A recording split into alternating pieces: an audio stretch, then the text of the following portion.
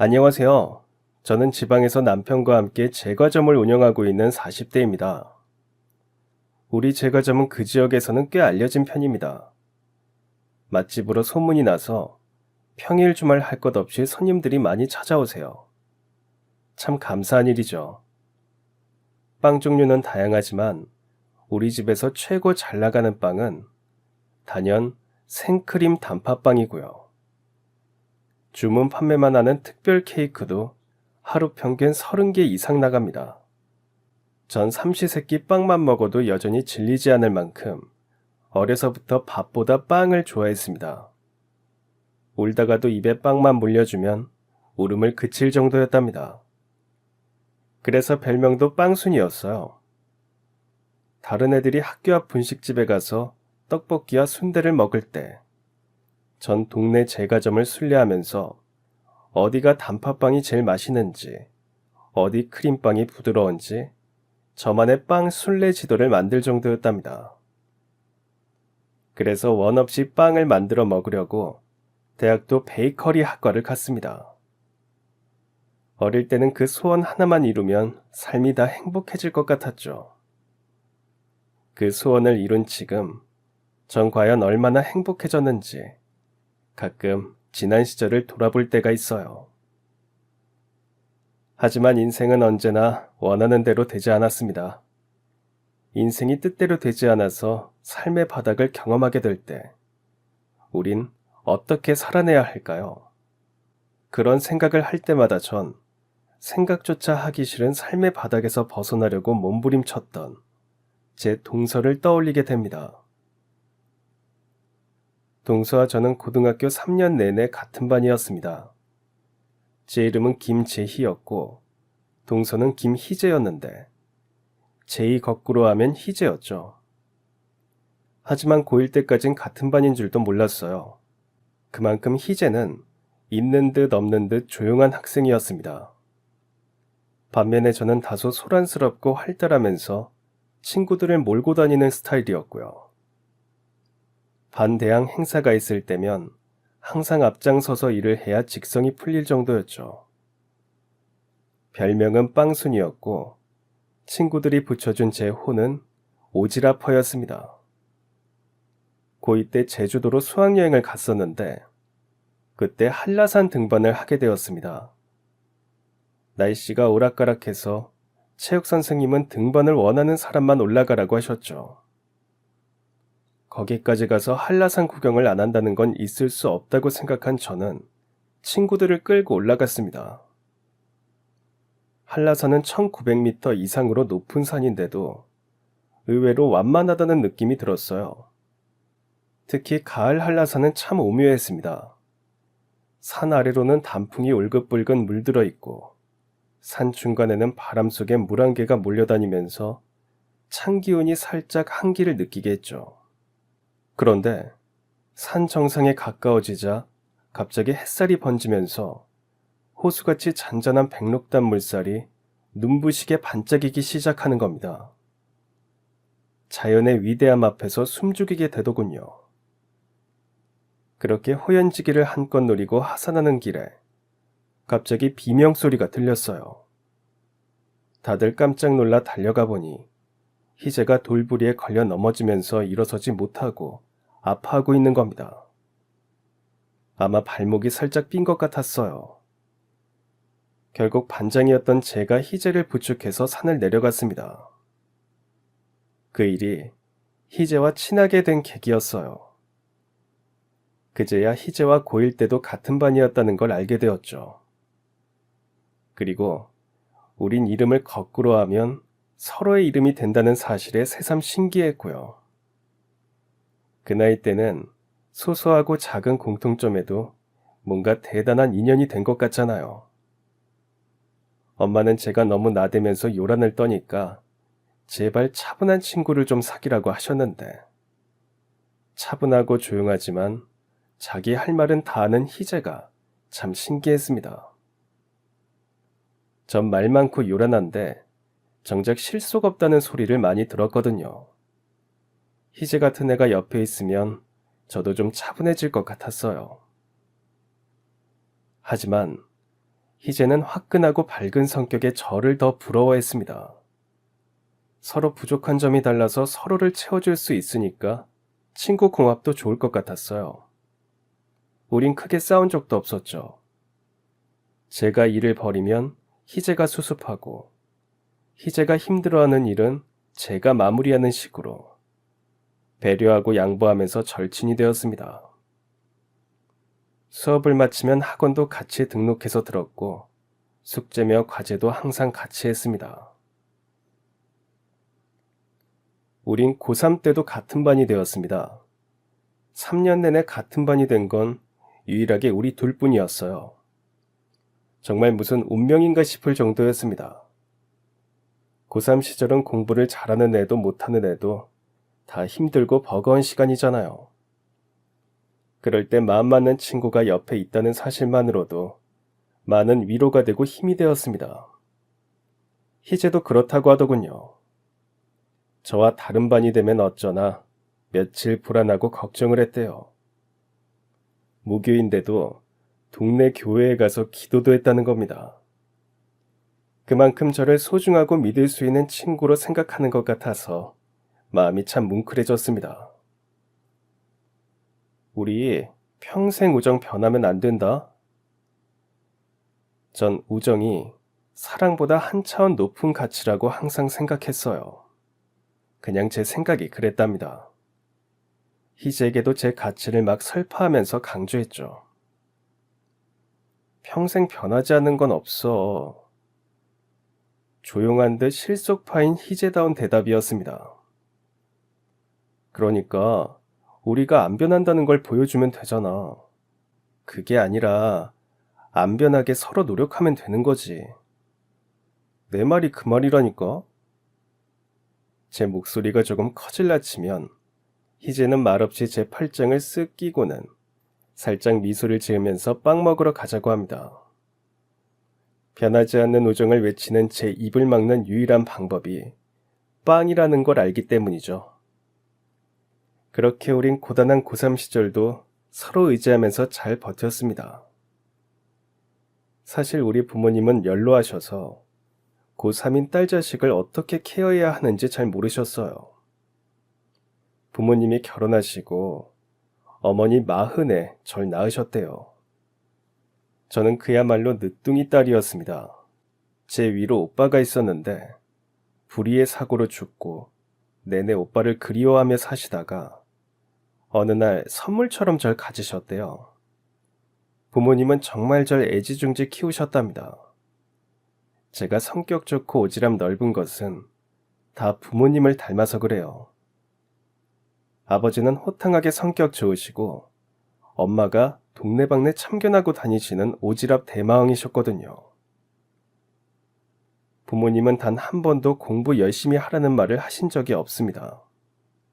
그저 건강하게 오래오래 살라고만 하셨죠. 아마 일찍 세상을 뜬 오빠 때문일 겁니다. 고3인 딸이 밤늦게까지 공부하면 오히려 잘하고 하셨을 정도였으니까요. 당신들이 연로하시다 보니 다른 부모님들처럼 입시 정보를 알아보거나 대학을 분석하는 일도 잘 못하셨어요. 그런 탓에 저도 크게 욕심부리지 않고 일찌감치 진로를 결정했죠. 빵순이답게 베이커리학과에 가겠다고 했더니 부모님은 제 의견을 존중해 주셨고 응원해 주셨습니다. 하지만 희재는 저와는 좀 상황이 달랐습니다. 희재는 어머니와 단둘이 살았어요. 아버지가 일찍 돌아가시고 엄마가 혼자서 희재를 키우느라 고생을 참 많이 하셨답니다. 아버지가 막노동을 하셨는데 현장에서 사고를 당했다고 하더군요. 그렇다고 일가 친척이 있는 것도 아니니까 엄마와 희재는 기댈 곳도 없었답니다. 오롯이 모녀 둘이서 험한 세상에서 힘겹게 살아왔다는 생각이 들어 마음이 짠했습니다. 희재가 공부를 열심히 하고 잘하는 것도 모두 고생하시는 엄마 때문이었죠.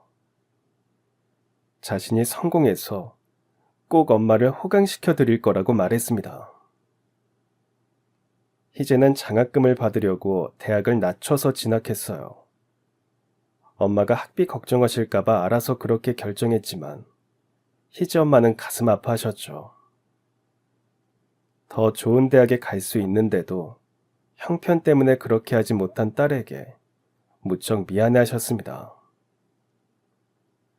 전 희재 엄마를 위로해드렸어요.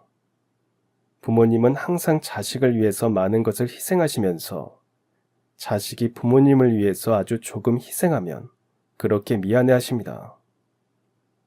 그냥 장하다고 한마디만 해도 자식들은 그 말 속에 담긴 부모님의 마음을 다 아는데 말입니다. 하루 종일 붙어 다니던 저와 희재는 대학 때 처음으로 따로 떨어지게 되었습니다. 그래도 일주일에 두세 번은 꼭 만났고 웬만하면 휴일에는 같이 보냈어요.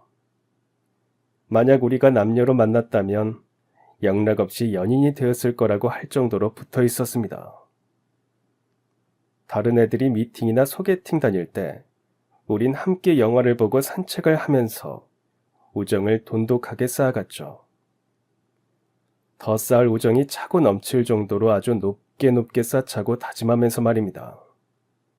그러니까 그때 우린 사랑 대신 우정을 선택했다고 자랑스럽게 말하고 다녔어요.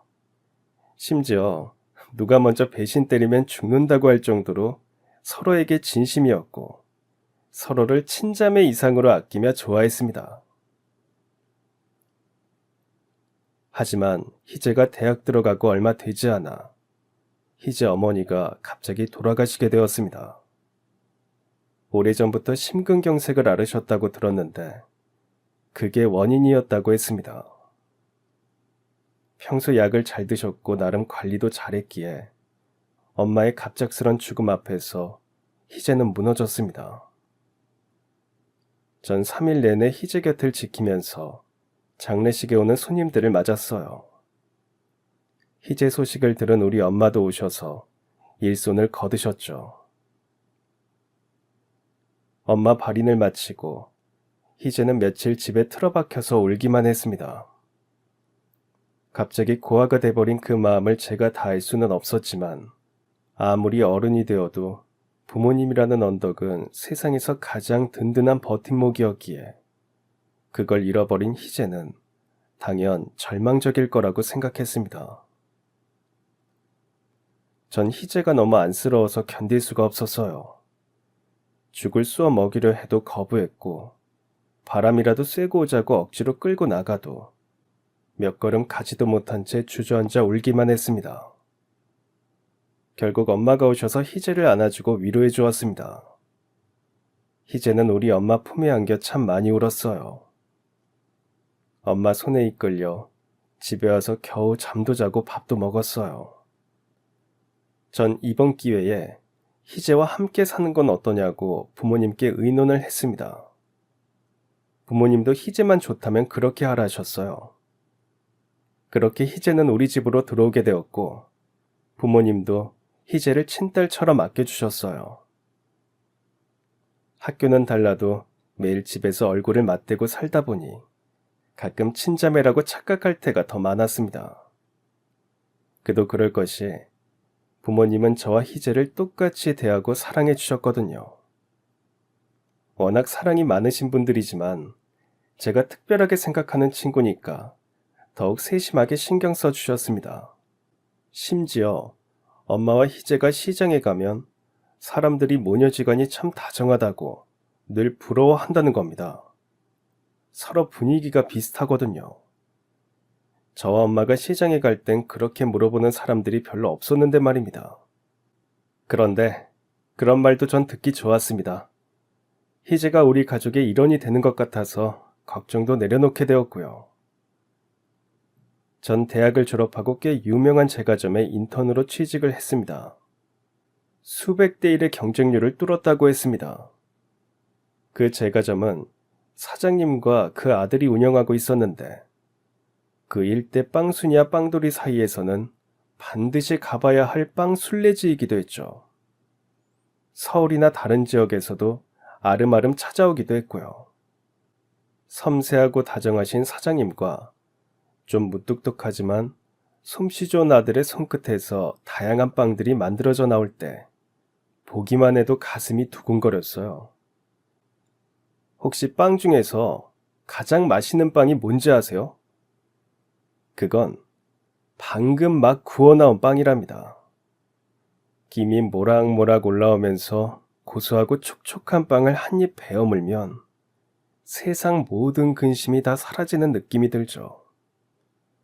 원 없이 빵을 만들고 원 없이 빵을 먹어볼 수 있었으니 그야말로 전 소원을 이룬 셈이었고 직장 만족도도 최상이었습니다. 전 케이크 만드는 것에 자신이 있었어요. 사실 그 제과점은 단팥빵이나 소보로빵, 크림빵이 유명하거든요. 그런데 제가 수백 대의 경쟁률을 뚫을 수 있었던 것은 바로 그 케이크 만드는 실력 때문이었어요. 케이크에 대한 손님들 수요는 늘어나는데 그 제과점에선 케이크를 전문적으로 만들 수 있는 제빵사가 없다 보니 늘 고민이었다고 했습니다. 사실 면접을 하고 실전 테스트를 할 때 전 아주 특별한 케이크를 만들었습니다. 일명 맞춤 케이크였어요. 사장과 그 아들은 아주 흥미로워했습니다. 전 그동안 직접 생각하고 만든 다양한 케이크 스케치와 만든 과정, 사진까지 보여주면서 한껏 능력을 뽐냈어요. 흔히 남자들이 프로포즈할 때 꽃다발을 준비하잖아요. 앞으로는 케이크를 준비할 수 있게 청혼 케이크부터 미안함을 전하는 용서 케이크, 화해를 청하는 만남 케이크, 엄마를 위한 갱년기 케이크, 사랑하는 반려견을 위한 멍멍이 케이크 등 손님들의 생각과 요구에 맞게 맞춤 케이크가 전망이 좋을 거라고 생각합니다. 특히 개성을 중요시 여기는 젊은 세대들에게도 잘 어필이 될 거고요. 공장에서 일률적으로 찍은 듯한 케이크는 다른 곳에도 많으니까 이젠 세상에 하나뿐인 특별한 케이크 시대가 올 겁니다. 제 예상대로 맞춤 케이크는 폭발적인 반응이었습니다. 전 실력을 인정받아서 인턴 3개월이 끝나기 전에 바로 정식 사원으로 채용되었고요. 그동안은 사장 아들이 반죽을 맡고 사장님이 빵을 구워내셨는데 제가 입사하면서 케이크 파트를 따로 만들어서 훨씬 풍성하고 세련된 느낌의 제과점으로 탈바꿈했다는 평도 있습니다. 전통과 정통 위에 유행을 맛깔스럽게 얹은 느낌이었죠. 내친 김에 사장 아들은 저에게 케이크 만드는 법을 직접 가르쳐 달라고 했습니다. 그 사람도 제빵 기능사 자격증이 있지만 케이크만 전문적으로 배우진 못했다고 하더군요. 매일 영업이 끝난 뒤 전 사장 아들에게 케이크를 만드는 과정을 차근차근 가르쳤고 색다른 케이크에 대한 의견도 나누면서 조금씩 서로에 대한 호감을 가지게 되었습니다. 우석 씨는 왜 빵 굽는 게 좋으신데요? 제가 언젠가 그렇게 물었더니 좀 망설이더군요. 워낙 말주변도 없고 무뚝뚝한 사람이라 평소에 좀 답답한 면은 있지만 때론 그런 면이 우직하고 듬직해서 좋기도 했죠. 그 사람과 더 가까워지고 난 뒤에는 그런 망설임이 깊게 생각하느라 생긴 버릇이라는 걸 알게 되었습니다. 어릴 때 아버지 엄마가 항상 다투셨어요. 학교 마치고 집에 가면 엄마는 항상 없었죠. 다른 친구 엄마들은 따뜻한 밥을 해서 자식들을 먹이는데 우리 엄마는 무슨 일을 하고 다니는지 항상 바쁘셨어요. 휴일엔 잠만 잤고요. 그래서 전 학교 마치면 집에 안 가고 아빠 제과점에 갔습니다. 밥 대신 빵을 먹으면서 엄마 사랑은 못 느꼈지만 아빠 사랑은 듬뿍 느끼고 자랐어요. 제게 빵은 아버지 사랑이었고요. 엄마 때문에 마음고생 많이 하신 아버지가 유일하게 빵을 구울 때 편하고 행복해 보여서 전 빵이 참 좋았어요. 우석 씨의 대답을 들으면서 찡했습니다. 전 그냥 빵 자체가 너무 좋아서 제빵사를 꿈꾸었지만 우석 씨는 불쌍한 아버지를 생각하면서 빵을 구웠다는 게 마음 아팠어요. 빵 하나에도 참 다른 사연이 숨겨져 있다는 생각도 했고, 아마 전 그때부터 우석 씨를 좋아하게 되었을 겁니다. 우린 곧 연인으로 발전했습니다. 제일 먼저 희재에게 우석 씨를 인사시켜 주었죠. 희재는 듬직하고 순박하게 생긴 우석 씨를 진심으로 반가워하고 좋아했어요. 야, 우석 씨, 완전 배신 안 때리게 생겼다. 뭐? 얼굴만 보고 배신 안 때리게 생겼다는 걸 어떻게 알아? 얼굴에 착함이라고 써 있잖아. 우리 제이, 남자 보는 눈이 정말 순박하단 말이야. 너 그거 욕이지? 칭찬이거든. 부러워서 그런다. 너도 그럼 우리 우석 씨 같은 사람 데리고 와. 이 언니가 많이 이뻐해 줄게. 모든 사람에게 좋은 느낌을 주는 포근한 사람이 우석 씨였어요. 어린 시절 아픔 따위는 전혀 모르는 사람처럼 말입니다. 부모님도 우석 씨를 좋아하셨습니다. 부부가 나란히 빵을 굽는 풍경이 떠오른다면서 아버지는 벌써 그림이라고 난리셨습니다. 평소 호탕하신 편이지만 남 이목 생각해서 점잖으신 분인데 우석 씨를 보고는 어찌나 흥분하고 좋아하시든지 그날 술이 얼큰하게 취하셔서 18번 노래까지 구성지게 풀어내셨죠. 엄마는 예비사위 대접한다고 며칠 전부터 시장을 보고 준비를 하면서 콧노래를 부르셨습니다. 그렇게 딸 시집 보내는 게 좋냐고 물으니까 예비사위도 아들이니까 아들 맞는 느낌이 좋다고 하시더군요. 아마 엄마는 오빠 생각을 하셨을 거예요. 우석 씨가 오빠 대신 아들 노릇하겠다고 했더니 엄마는 우석 씨를 꼭 안아주면서 눈물을 흘리셨습니다. 그렇게 상견례도 치르고 본격적으로 결혼 준비에 들어갔습니다. 그런데 어느 날 우석 씨가 심각한 얼굴로 할 말이 있다고 하는 겁니다. 결혼 준비에 뭔가 불만이 있나 싶어서 살짝 긴장을 했죠. 사실 아버지께 고민을 했어. 이걸 말해야 할지 몰라서. 그래도 결혼하기 전에 말하는 게 맞겠다고 싶어서. 뭔데요? 우리 부모님 얘기야. 부모님이 이혼하신 거는 알고 있잖아. 근데 아직 말 못한 게 있어. 우석 씨가 초등학교 3학년 때 부모님이 이혼을 하셨답니다. 우석 씨 아버지, 그러니까 사장님은 그때도 작은 제과점을 운영하셨대요. 엄마와는 중매로 만나 결혼을 하셨는데 결혼 초부터 성격 차이로 그렇게 다툼이 잦았대요. 우석 씨 엄마는 보험 설계사도 하셨고 부동산 투자 사업도 크게 했는데 다 망하고 빚을 지면서 집도 차압당하고 아버지 제과점도 넘어가게 됐답니다. 그것도 모자라서 외도한 사실까지 드러나면서 결국 이혼하게 되었고요. 하지만 엄마는 아버지에게 미안하다는 말 한마디 안 하더랍니다.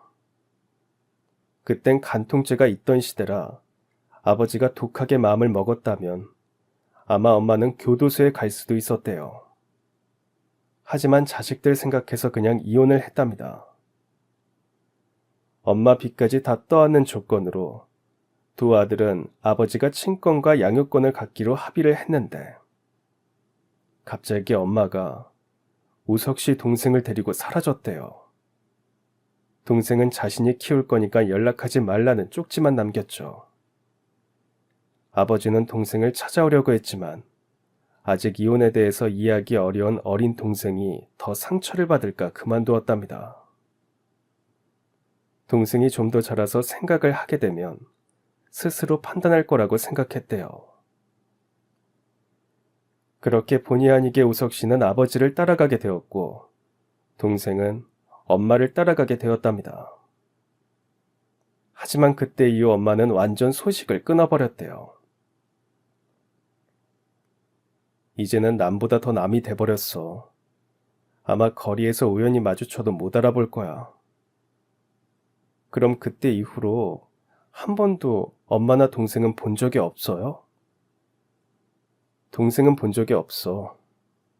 그런데 엄마는 언젠가 한번 중학교 때 학교 앞에서 잠깐 보긴 했어. 아버지 제과점이 어디에 있는지, 얼마나 큰지, 장사는 잘 되는지 그런 걸 물어보고 그냥 갔어. 왜 그런 걸 물어보는지는 모르겠고, 그날 이후는 한 번도 본 적도 없고 연락처도 몰라. 동생은 아버지 호적에 올라 있으니까 언젠가는 한 번쯤 찾아오겠지 했는데 여태 그런 적도 없어. 우석 씨가 복잡한 가족사를 굳이 말한 것은 결혼할 사이니까 솔직해야 한다고 생각했기 때문이었죠. 그리고 만약 이런 집안이 싫다면 결혼을 다시 생각해도 된다고 말해주고 싶었답니다. 제 입장에서 배려해주었다는 사실에 오히려 깊은 신뢰가 갔습니다. 따지고 보면 그건 우석 씨의 잘못도 아니잖아요. 부부는 살다가 크고 작은 이유로 헤어질 수도 있는 문제니까 어쩔 수 없다고 생각했습니다. 전 그동안 우석 씨 키우시느라 홀로 고군분투하셨을 사장님. 아니, 예비 시아버지가 더 짠했습니다. 결혼하면 좋은 며느리가 되겠다고 생각했고요. 우석 씨 집안 얘기를 들으신 부모님도 크게 개의치 않으셨어요. 그저 우석 씨를 응원하고 지지해 주셨죠. 결혼식 준비는 차질 없이 잘 진행되었습니다. 그때 희재는 학원 강사를 하고 있었거든요. 대학 졸업하고 중등부 임용고시에 합격했지만 몇 년째 대기만 하다가 결국 학원 쪽으로 진로를 틀었어요. 비록 자신의 꿈을 접었지만 그런대로 만족한다고 하더군요. 학교보다는 훨씬 자유롭고 실력이나 성과에 따라 수입도 많아지니까 나쁘지 않다고 했습니다. 차분하고 조용하던 희재가 애들 앞에서 수업을 하는 광경은 정말 상상이 안 됐지만 희재는 실력을 인정받았어요. 어느새 자신감이 생긴 희재가 그러더군요. 인생이라는 게 예상대로 안 되니까 사는 묘미가 있는 거라면서 말입니다. 그러면서 제 결혼식 때 축가를 부르겠다면서 맹연습에 돌입했습니다.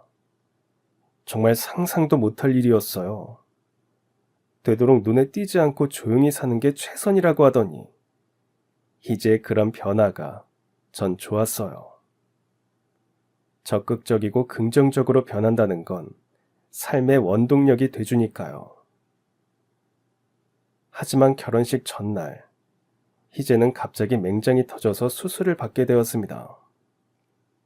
그렇게 열심히 축가를 연습했는데 인생 최고의 무대를 선보이지 못하게 됐다면서 얼마나 아쉬워하든지.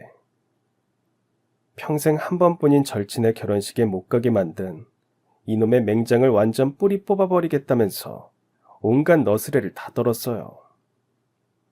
부디 수술 잘 받고 몸조리 잘하라고 위로하면서 우린 아쉬움을 달랬습니다. 드디어 결혼식 날이 되었습니다. 딸 시집 보내는 게 아니라 사위 아들을 맞는 거라고 좋아하셨던 부모님도 웨딩드레스를 입은 제 모습을 보시고 눈가에 눈물이 맺히셨어요. 그런데 하객들로 붐비던 식장이 갑자기 웅성거렸습니다. 화려하게 차려입은 웬 여인이 나타나는데 시아버지도 남편도 얼굴이 굳어지는 겁니다. 당신이 여기 무슨 일이야? 왜요? 내가 못 올 때 왔어요? 큰아들 결혼식에 아무리 그래도 친모가 와야지. 안 그래요? 노려보는 시아버지를 우습게 쳐다보던 그 여인은 이혼한 전처였습니다. 저에겐 시어머니가 되는 분이었죠. 여기서 나가요. 남편이 여인을 끌어내려고 했지만 너 왜 엄마한테 연락도 안 하니? 내가 네 결혼식을 다른 사람한테 들어야겠어? 아무리 네 아버지한테 배운 거 없이 자랐어도 이건 아니지. 여인은 하객들 다 들으라는 듯 큰 소리를 쳤습니다. 여인은 우리 부모님께 자기가 친모라며 인사를 하고 신부 대기실로 찾아와서 저에게도 시어머니 노릇을 하려 들었어요. 시아버지는 좋은 날 분위기를 망친 시어머니를 끌고 나갔습니다. 시어머니는 "이거 놔" 라고 소리치면서 결혼식을 완전히 망쳐버렸죠. 우리 측 하객들도 웅성대고 남편 측 친척들도 수군대면서 결혼식은 어수선한 가운데 겨우 끝났습니다. 시아버지는 우리 부모님께 정말 죄송하다고 얼굴을 들지도 못하셨어요. 부모님은 오히려 시아버지를 위로하셨지만 속으로는 많이 놀라셨죠.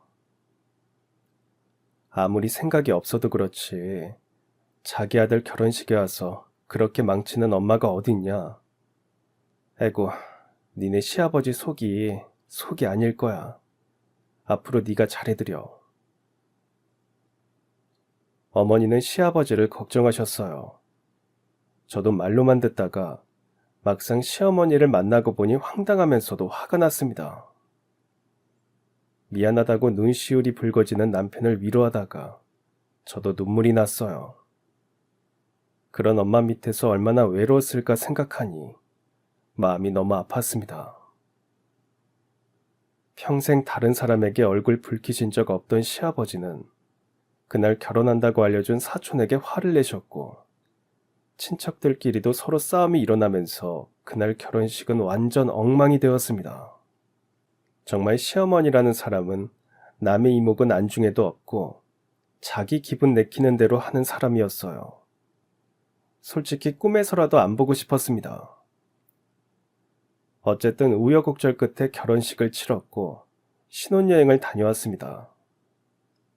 희재는 결혼식 때 남편 친모가 나타나서 소동을 벌였다는 사실에 너무 속상했어요. 맹장으로 절친 결혼식에 못 간 것도 화가 나는데 친모까지 난동을 부렸다니 다시 결혼해야 한다고 어찌나 너스레를 떠는지 결국 제가 웃고 말았어요. 이사하는 날 비 오면 잘 산다고 하니까 결혼할 때 액땜했다고 치면서 그냥 다 잊고 넘겼습니다. 전 평범한 일상으로 돌아갔고 남편과 함께 제과점을 하면서 빵 굽는 행복한 날들을 보냈습니다. 어느 날 희재가 무슨 이벤트에 당첨됐다면서 여행을 가자는 겁니다. 하지만 도저히 시간을 뺄 수가 없었어요. 주문한 케이크도 많았고 시아버지가 허리 수술까지 받으셔서 남편이랑 돌아가면서 병간호도 해야 했습니다. 늘 같이 붙어 살았지만 제대로 여행 가본 적이 없어서 정말 가고 싶었지만 어쩔 수 없이 다음을 기약했어요. 여행사 패키지 상품이라 마음대로 날짜 조절도 할 수 없었습니다. 희재도 안 간다는 것을 억지로 보냈어요. 매일 밤늦게까지 학원 수업하느라 바빴는데 모처럼 혼자 조용히 다녀오라고 했습니다. 그렇게 혼자 간 일본 여행에서 희재는 운명의 짝을 만났습니다. 여행객을 인솔하던 가이드와 희재만 유일하게 젊었고 다들 중년 이상의 어르신들이었답니다. 자연스럽게 두 사람은 친하게 되었고 4박 5일 내내 같이 붙어 있다 보니 괜히 의지가 되더랍니다. 키 크고 잘생긴 데다가 매너까지 좋아서 여자라면 호감을 가질 인상이라고 했죠. 돌아와서도 가볍게 몇 번 만나면서 더 좋은 감정을 갖게 되었다는데 그 남자 얘기를 하는 희재의 목소리가 한껏 들떠 있었습니다. 희재 남친을 만나는 날 괜히 저까지 떨렸어요. 준석 씨, 내가 늘 말했던 내 피부치 같은 절친이에요. 안녕하십니까? 박준석이라고 합니다. 네, 말씀 많이 들었어요. 김재희라고 해요. 준석 씨는 첫인상도 좋고 듣던 대로 매너도 좋았습니다. 준석 씨를 보면서 활짝 웃는 희재 모습이 참 예뻤습니다. 전 희재가 진심으로 행복하게 잘 살기를 기도했어요. 하지만 준석 씨 어머니가 고아라는 이유로 희재를 탐탁치 않아 한다고 했습니다. 준석 씨는 어머니와 둘이 살고 있다는데 시어머니 자리가 보통 깐깐한 게 아니라고 하는 거예요. 결혼도 하기 전부터 예단이며 혼수 문제로 괜히 트집을 잡아서 희재가 몇 번 결혼을 엎을 생각까지 했죠. 그랬더니 갑자기 시어머니가 다른 건 다 안 해와도 되지만 자기 밍크 코트는 반드시 해오라고 했답니다. 혼수나 예단보다 당신 밍크 코트가 더 중요한 시어머니. 저는 이제 찝찝한 생각이 들었어요. 희재는 시어머니에게 인사를 간 첫날부터 정신이 하나도 없었다는 겁니다. 이상하게 미용실에서 만나자고 하더래요. 알려준 대로 미용실에 갔더니 엄청 비싼 곳인데 거기서 머리를 하고 있더랍니다. 미용사들에게 자기 예비 며느리라고 희재를 소개시키더니 나중에 계산을 하라고 하면서 그냥 나갔대요. 그 다음엔 경락 마사지를 받더니 또 희재에게 계산을 하라고 하고, 다음엔 비싼 레스토랑에 가서 코스 요리를 시키더니 또 희재에게 계산을 하게 했답니다. 희재는 일부러 자신을 테스트하는 것 같아서 꾹 참고 일단 계산을 다 했대요. 그러자 시어머니 첫 물음이 희재 너 한 달 수입은 얼마나 되니? 그렇게 단도직입적으로 묻더래요. 그냥 좀 법니다. 그럼 나 생활비는 네가 줘. 나 모시고 사는 것보다는 그게 낫지? 아, 네. 준석 씨랑 의논해서. 의논할 거 없어. 준석이한텐 미리 얘기했으니까. 아, 그리고 네 명의로 신용카드 하나만 만들어줘. 네? 그냥 가지고 있을게. 나도 사회생활을 하는데 신용카드 한 장은 있어야지. 어머니 이름으로 만드시면 되잖아요. 내가 신용불량이라서 그래. 준석이가 말 안 했니? 그날 희재는 뭔가에 홀린 듯 시어머니에게 끌려다니면서 돈을 내고 신용카드까지 만들어서 줬답니다.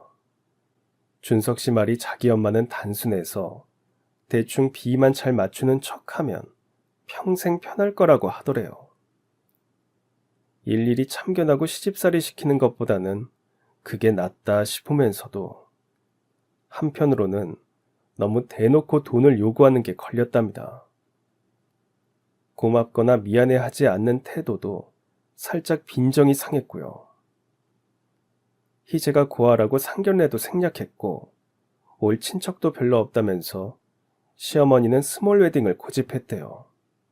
겉으로는 희재 생각해서 그런다고 했지만 꼭 사람들이 오면 안 될 일이라도 있는 사람처럼 불안해하는 느낌이 들더랍니다. 하루는 희재가 전화를 해서 자꾸 뭔가에 떠밀리듯 결혼하는 게 맞는지 모르겠다고 했어요. 원래 정신없이 하는 게 결혼이고 정신 차리고 나면 후회하는 게 결혼이래. 참도 위로가 된다. 위로가 아니라 현실을 직시하라고. 결혼은 현실이더라. 살아보니까 너도 너무 시어머니에게 휘둘리지 말고 너답게 중심 딱 잡고, 알겠지? 전 시어머니와 부대끼며 사는 게 아니라서 시어머니와 갈등하는 희재 마음을 다 알 수는 없었습니다. 그래도 희재가 심란해하니까 억지로 위로를 했는데 뭔가 알 수 없는 불안이 엄습했어요. 그렇게 말도 많고 탈도 많았던 시간들이 지나고 희재 결혼식 날이 되었습니다. 저와 남편은 좀 일찍 예식장에 도착해서 희재를 봤습니다. 희재는 선녀가 따로 없었어요. 남편은 신부 측 축의금을 관리하려고 준비를 했는데 갑자기 희재 남편 친구들이 와서는 신랑 신부 축의금을 같이 받겠다는 겁니다. 희재는 처음 듣는 소리라며 준석 씨를 불렀죠. 잠시 후 신부 대기실로 들어온 준석 씨를 본 남편이 기겁을 했습니다. 준석 씨도 남편을 보고 놀란 듯 굳어버렸어요. 남편이 갑자기 밖으로 나가서 누군가를 찾더니 혼주석에 앉아있는 준석 씨 엄마를 보고는 어이가 없다는 듯 돌아섰어요. 준석 씨 엄마는 바로 우리 시어머니였습니다. 저도 너무 황당해서 말문이 막혔습니다. 시아버지와 이혼했던 전처가 희재의 신랑 준석 씨의 어머니였어요. 그러니까 남편과 준석 씨는 친형제였고 저와 희재는 동서가 된 겁니다. 정말 세상에 이런 일이 나올 일이 벌어졌습니다. 결혼식은 진행되는데 저와 남편은 혹여 희재가 알고 놀랄까봐 내색도 못한 채 자리를 지켰습니다. 그런데 시어머니와 희재 남편, 아니 시동생은 너무 태연했어요. 신혼여행을 떠나는 희재를 보면서 말할까 잠시 갈등했지만 끝내 하지 못했어요. 남편 부모님이 이혼해서 형제끼리 서로 남처럼 지낸 건 상관없었지만 어쨌든 본의 아니게 우리가 동서지간이 된 건 알아야 할 것 같았죠. 남편은 일단 신혼여행에서 돌아오면 얘기하자고 했습니다. 그제야 전 희재가 결혼하는 내내 뭔가 불안해했던 이유를 알 수 있었고 저 역시 시어머니 얘기만 듣고도 왠지 찝찝했던 느낌이 왜 그랬을까 알 것 같았어요. 저 별난 시어머니 밑에서 희재가 과연 버텨낼 수 있을까 벌써부터 걱정이 들어서 잠도 안 왔습니다. 여전히 희재는 저에겐 절친이자 자매였지만 한편으로는 물가에 내놓은 애같이 안쓰러운 존재였거든요. 제 얘기를 들은 부모님도 걱정을 하셨습니다. 어쨌든 법적으로는 동서지간이니까 제가 더 챙겨주라고 당부를 하셨어요. 신혼여행을 다녀온 희재는 우리 부모님께 인사를 드리겠다고 시동생을 데리고 왔습니다. 시동생은 희재를 딸처럼 잘 키워주시고 보살펴 주셔서 감사하다며 선물을 사왔더군요. 저를 보고 너무 아무 일도 없다는 듯이 대하는데 순간 소름이 끼쳤습니다. 어쨌든 엄마도 이바지 음식까지 준비하고 시동생을 극진히 대접했습니다. 전 따로 희재를 불러서 둘이 동서지간이라는 사실을 알렸어요. 처음에는 이게 무슨 황당한 일이냐며 믿기지 않았던 희재 얼굴이 굳어졌습니다. 그럼 시어머니가 이혼당한 이유가 투자 사기로 빚을 지고 외도까지 했기 때문이야? 그렇대. 우리 시아버지가 빚을 떠안는 조건으로 겨우 이혼했대. 우리 남편은 어려서부터 엄마 정도 못 받고 자랐고 늘 밖으로 나돌아다니면서 남편 밥 한 번 차려준 적이 없다나 봐. 결혼 준비하는 내내 왜 이렇게 찝찝한가 했더니 이런 거였어. 나도 모르게 뭔가 느꼈던 거야. 나도 그랬어. 네 얘기만 듣는데도 찝찝했어. 근데 희재야, 부모님들 이혼은 부모님들 문제지 시동생 탓은 아니잖아. 그래서 나도 이 얘기를 하는 게 맞는지 한참 망설였고 부부 문제는 남들이 왈가왈부하는 건 아니지만 일단 시동생도 알아야 할 것 같고 그렇게 되면 시어머니 귀에 들어가는 건 시간 문제일 테니까 어쨌든 네가 단단히 마음을 먹어야 할 거야. 부모님 일이긴 했지만 희재에겐 시어머니 일이기도 했으니까 그냥 넘어갈 수는 없다고 했습니다. 시동생에게 사실을 확인했대요. 그제야 시동생도 우리랑 그렇게 얽힌 것을 알고 좀 당황했다고 말하더랍니다. 세상 참 좁다는 말이 이럴 때 쓰는 말 같았어요. 시동생은 이미 다 지나간 일이라고 하더래요. 그땐 자기가 어려서 정확하게 부모님의 일에 대해 몰랐다고 하는데 희재 입장에서 따질 수도 없었겠죠. 시동생 잘못은 아니니까요. 시어머니가 이혼당한 사유에 대해서도 모르는 건지 모르는 척 하는 건지 어쨌든 겉으로는 모르는 눈치여서 굳이 말하지 않았답니다. 아마 희재는 앞으로 자신의 결혼 생활이 더 중요하다고 생각했을 겁니다. 평생 시어머니와 사는 건 아니니까요. 그렇게 그 일은 마무리되는 듯 했습니다. 그런데 얼마 뒤 모르는 번호로 전화가 걸려왔습니다. 보통 같으면 잘 안 받는데 그날따라 전화를 받았더니 시어머니였어요. 제 전화번호를 어떻게 알았냐고 하니까 희재에게 물었다고 하는 겁니다. 나오라고 하는데 뭔가 조짐이 안 좋았어요. 이제 와서 시어머니 행세를 하려 든다면 전 어떻게 해야 하지? 온갖 상념과 걱정이 들었어요. 남편은 나가지 말라고 했죠. 자기가 시어머니께 전화하겠다고 했지만 이러다가 큰 싸움이 될 것 같아서 일단 제가 먼저 시어머니를 만나보겠다고 했습니다. 약속 장소에 나가니까 희재도 나와 있었습니다. 희재도 시어머니가 불러서 왔다는데 제 전화번호를 가르쳐 준 적이 없다는 겁니다. 도대체 이게 어떻게 된 영문인지 어이없어 하는 동안 시어머니가 왔습니다. 큰애 너 희재한테 내가 이혼당했다고 했니? 네? 그게... 그래서 뭐 이제 와서 어쩔 건데 이혼을 당했던 이혼을 했던 네가 뭔데 이러쿵저러쿵이야? 버릇없이. 감히 시어머니 사생활을 함부로 왈가왈부하고 니네 집에선 그렇게 가르쳤어? 오늘 보자고 하신 게 이것 때문이세요? 제 번호는 어떻게 하셨어요? 희재는 가르쳐 준 적도 없다는데요. 그건 알아서 뭐하게. 혹시 희재 전화기 몰래 보셨어요? 뭐야? 이게 정말... 희재 시어머니... 뭐? 희재 시어머니? 뭐 말 다 했냐? 그럼 우리 시아버지와 이혼하신 분께 꼬박꼬박 시어머니라고 불러드려요. 법적으로 남이시잖아요. 오냐, 너 말 한번 잘했다. 너희 시아버지야 난 이미 오래전에 남남이야.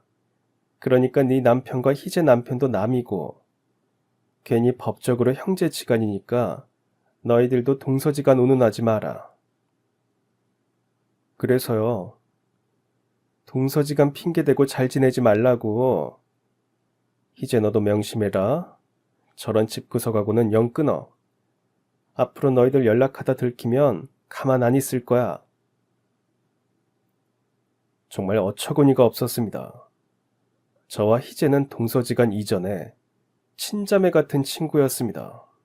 우리가 동서지간이 되고 싶어서 된 것도 아니고 왜 당신이 연을 끊으라 마라 협박을 하는지 정말 기가 막혔습니다. 전 저렇게 경우도 없고 자기 마음대로인 시어머니 등살에 희재가 남아날까 너무 걱정이 들었습니다. 그러던 어느 날 우리 제과점에 특별 케이크를 주문하는 손님이 있었어요. 곧 결혼할 남친 생일이라면서 케이크를 주문했는데 케이크에 새길 이름이 박준석이라는 겁니다. 처음엔 무심코 시동생 이름과 같다고만 생각했어요. 세상에 같은 이름은 흔하니까요. 케이크 배달까지 원해서 케이크를 정성스럽게 포장해서 주소지로 찾아갔습니다. 한 오피스텔이었는데 엘리베이터에 내려서 802호를 찾다가 우연히 시동생을 봤습니다. 802호 문 앞에 서 있는 게 아닙니까? 곧 802호 문이 열리고 케이크를 주문한 손님이 나오더니 둘이 반갑게 포옹을 하는데 딱 봐도 보통 사이가 아니었습니다. 그 손님이 분명 곧 결혼할 남친 생일 케이크라고 했던 말이 떠올랐어요. 전 다리가 후들거리고 심장이 너무 떨려서 일단 문 앞에 케이크를 놓고 간다는 문자를 남긴 뒤 재빨리 제과점으로 돌아왔습니다. 아무리 좋게 생각하려고 해도 시동생의 외도가 의심되었습니다. 또 희재에게 말해야 할지 말지 고민이 되었습니다. 이건 시어머니가 이혼당한 사유하고는 비교도 안 될 정도로 엄청난 사건이었어요. 자칫 희재 가정이 박살날 수도 있는 일이었죠. 결국 남편하고 상의 끝에 우리가 좀 더 알아보자고 했습니다. 남편은 오피스텔에 차를 세워둔 채 손님과 시동생의 관계를 지켜봤어요. 시동생은 이틀에 한 번꼴로 그 여자를 만나러 왔고 3시간 이상 오피스텔에 머물다가 돌아갔습니다. 그 시각이면 희재는 밤늦게 학원 수업을 마칠 때였죠. 그 여자 집에서 나온 시동생은 너무 태연하게 희재 학원 앞으로 가서 수업에 지쳐 나오는 희재를 차에 태워 집으로 갔고요.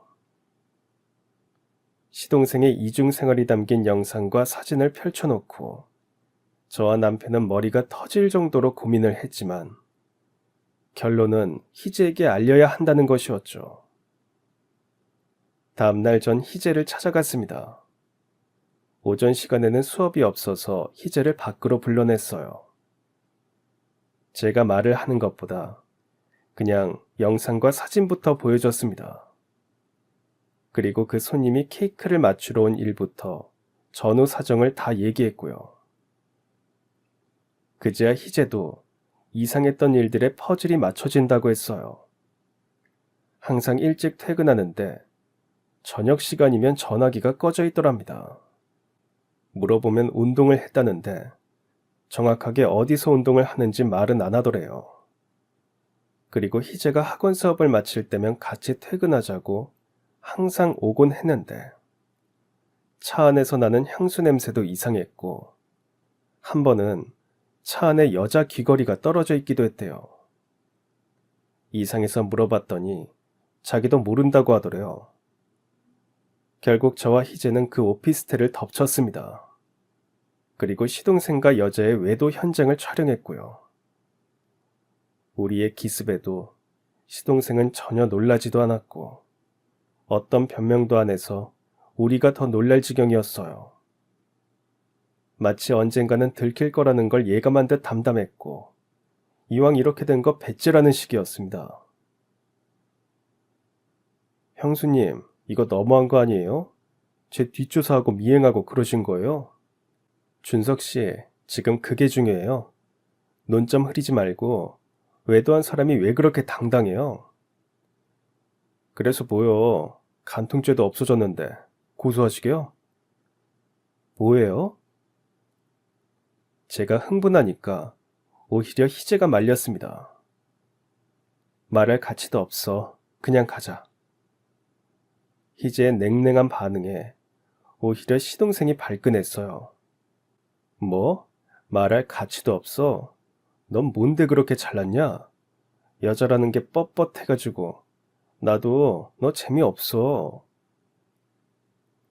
그때까지 희재는 죽을 힘을 다해서 참고 있었는데 시동생의 그 말을 듣는 순간 분한 듯 주먹을 불끈 쥐더니 그만 졸도를 하고 말았습니다. 전 울면서 119를 부르고 희재가 응급실로 실려가고 소동이 벌어지는데도 시동생은 그 여자와 어디론가 외출을 했어요. 희재는 겨우 깨어났지만 우린 한동안 아무런 말도 할 수 없었습니다. 희재는 뭔가 결심한 듯 링거줄을 뽑아버리고는 밖으로 나가더니 이혼하겠다고 하더군요. 일단 진정하고 좀 더 생각해보자고 말렸지만 한 번 엇갈린 인연은 다시 있는 게 아니라고 하면서 갑자기 길 한복판에서 엉엉 우는 겁니다. 저도 희재를 끌어안고 한참 울었어요. 오가는 사람들이 우릴 쳐다보고 수근거렸지만 상관없었습니다. 너무 억울하고 속이 상해서 둘이 술도 한잔했어요. 전 희재를 집에 데려다주고 일단 푹 자라고 했습니다. 그런데 다음날 사달이 났어요. 술에 취한 희재가 분노를 참지 못하고 그만 시동생 회사 게시판에 외도 사실과 사진을 캡처해서 올린 겁니다. 회사는 발칵 뒤집어지고 시동생은 윗선에 불려가고 난리가 났답니다. 희재는 술김에 한 행동을 뒤늦게 알고 후회했지만 이미 늦었어요. 대려 시동생이 희재를 명예훼손으로 고소해버렸습니다. 시동생의 외도보다 희재의 명예훼손 때문에 이혼을 종용당했습니다. 변호사를 제대로 구해서 소송으로 가자고 제가 말했지만 희재는 이미 지쳐버렸어요. 그런 인간과 단 1분도 얼굴 맞대고 싶지 않다는 겁니다. 저도 더는 말릴 수가 없었어요. 복장이 터지고 눈이 뒤집혔지만 그렇게 희재는 이혼을 당했어요. 희재는 학원도 그만두었습니다. 며칠 집에서 나오지도 않고 잠만 자더니 엄마 기일에 겨우 일어나서 납골당해 간다고 문자가 왔더군요. 같이 가자고 했더니 그냥 혼자 다녀오겠다고 해서 그러라고 했습니다. 그런데 그날 저녁에 경찰에서 연락이 왔습니다. 희재가 국도변에서 교통사고를 당해 크게 다쳤다는 겁니다. 전 너무 놀라 주저앉았어요. 얼마나 크게 다친 건지 내내 울면서 병원으로 달려갔고요. 경찰 말로는 갑자기 차선을 넘어오는 반대편 차를 발견하고 놀라 희재가 핸들을 꺾었는데 암벽을 치고 뒤집혔다는 겁니다. 응급수술을 했지만 희재는 사경을 헤맸습니다. 중환자실로 옮겨져서도 여전히 의식을 차리지 못했어요. 전 매일 정해진 시간에 희재를 면회하면서 제발 눈 좀 떠보라고 울었습니다. 의사는 최선을 다했으니까 기다려보자고만 했어요. 경찰은 차 안에 떨어져 있던 희재 핸드백을 건네주었습니다. 그 안에는 합의이혼 서류가 그대로 있었어요. 아직 구청에 제출하지 않은 것 같았습니다. 이래저래 심란하고 복잡한 며칠이 지났습니다. 희재는 병실로 옮겨졌지만 여전히 의식은 없었습니다. 전 제과점을 남편에게 맡기고 하루 종일 희재 병간호에 매달렸습니다. 엄마가 집에서 재우시며 먹을 것을 챙겨다 주시면서 잠시 교대를 하는 것 외엔 희재 곁을 떠나지 않았습니다. 그런데 얼마 뒤 갑자기 시어머니가 병실로 찾아왔습니다. 여긴 무슨 일이세요? 너야말로 무슨 일이냐? 남 며느리 병실에? 제 친구예요. 그래?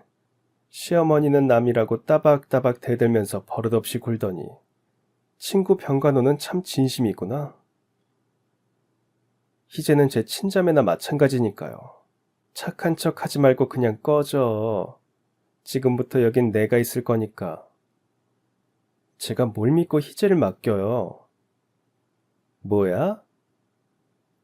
그 말에 캥기는 구석이 있었는지 시어머니가 갑자기 제 뺨을 후려쳤습니다. 왜 때리냐고 소리를 지르는데 마침 남편이 희재를 보러 왔다가 시어머니를 보고는 소동이 벌어졌죠.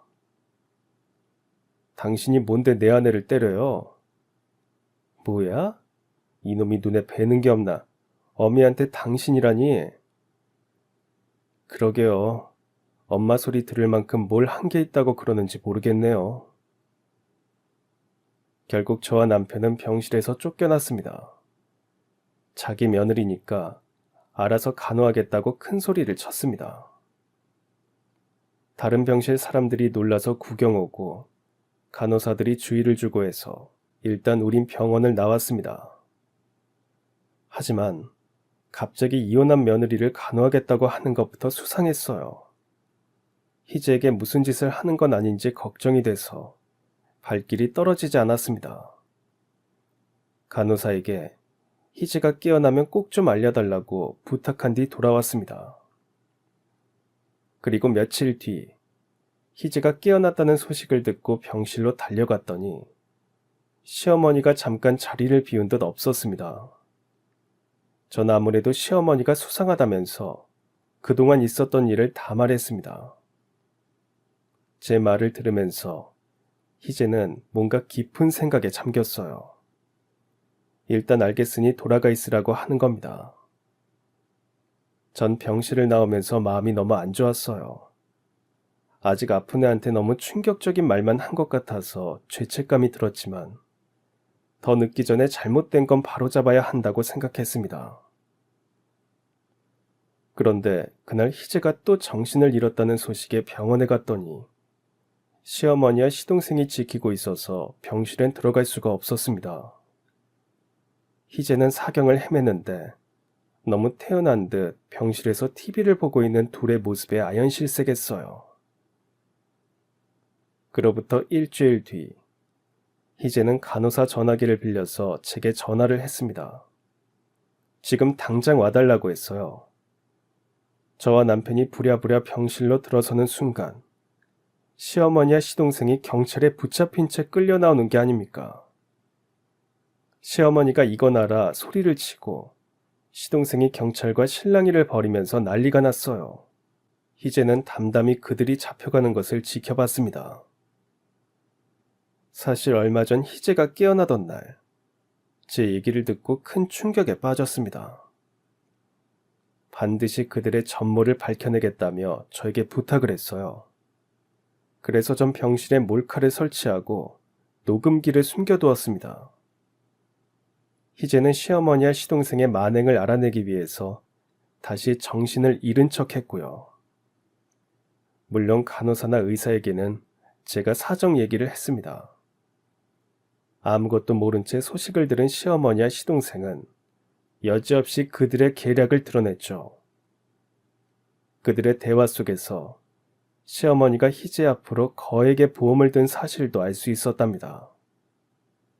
희재가 사고로 죽거나 식물인간이 돼야만 수억 원을 받을 수 있는 보험이었는데 그동안 희재가 이혼하면서 깜빡 잊고 있었대요.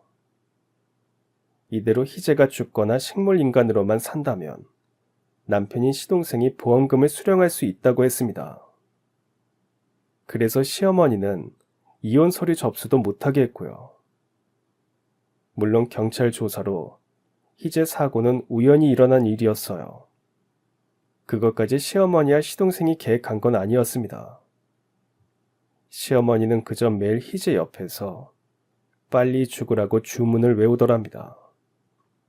심지어 희재 핸드폰으로 인터넷 대출까지 받아 챙겼고요. 그 모든 것이 고스란히 카메라에 다 찍히고 녹음이 되었죠. 결국 시어머니와 시동생은 경찰 수사를 받았고 구속되었습니다. 심지어 시어머니는 그 사이 투자 사기를 또 벌이고 있었대요. 시어머니에게 투자 사기를 당한 사람들이 경찰서로 몰려가서 시어머니 머리채를 잡고 늘어지면서 아수라장이 되는 걸 전 영상으로 선명하게 찍어서 희재에게 보여주었습니다. 물론 시동생도 회사에서 쫓겨났고요. 모든 일이 다 끝난 뒤 우린 마치 한바탕 소란한 소나기를 맞은 느낌이었습니다. 소나기가 지나가고 나면 더없이 찬란한 햇살이 번지겠지만 과연 우리 희재 인생에도 그런 날이 올까요? 다시 일상으로 돌아온 희재는 억지로 마음을 추스르고 원래의 모습을 찾으려고 애를 썼습니다. 학원 수업도 열심히 했고 가끔 저와 여행도 다녔어요. 예전처럼 영화도 보고 수다도 떨면서 지냈습니다. 결혼에 한번 크게 데이고 난 뒤엔 자기 인생에 결혼은 없다고 하네요. 그 마음이 오죽할까 싶어서 전 혼자 쓸쓸해하고 안쓰러워한답니다. 그 사이 전 딸을 낳았어요. 제 가정도 여전히 잘 됩니다. 아무리 세월이 약이라고 하지만 언제쯤 우리 희재가 활짝 웃는 날이 올까요? 아직도 희재는 소나기 속에 있는 것 같기도 하고요. 언제가 되었던 전 항상 희재 곁에 있을 겁니다. 우린 절친이자 친자매 그 이상 우정과 운명으로 엮인 사이니까요. 그럼 지금까지 사연 들어주셔서 감사합니다. 사연이 재밌으셨다면 구독과 좋아요 부탁드려요. 감사합니다. 안녕히 계세요.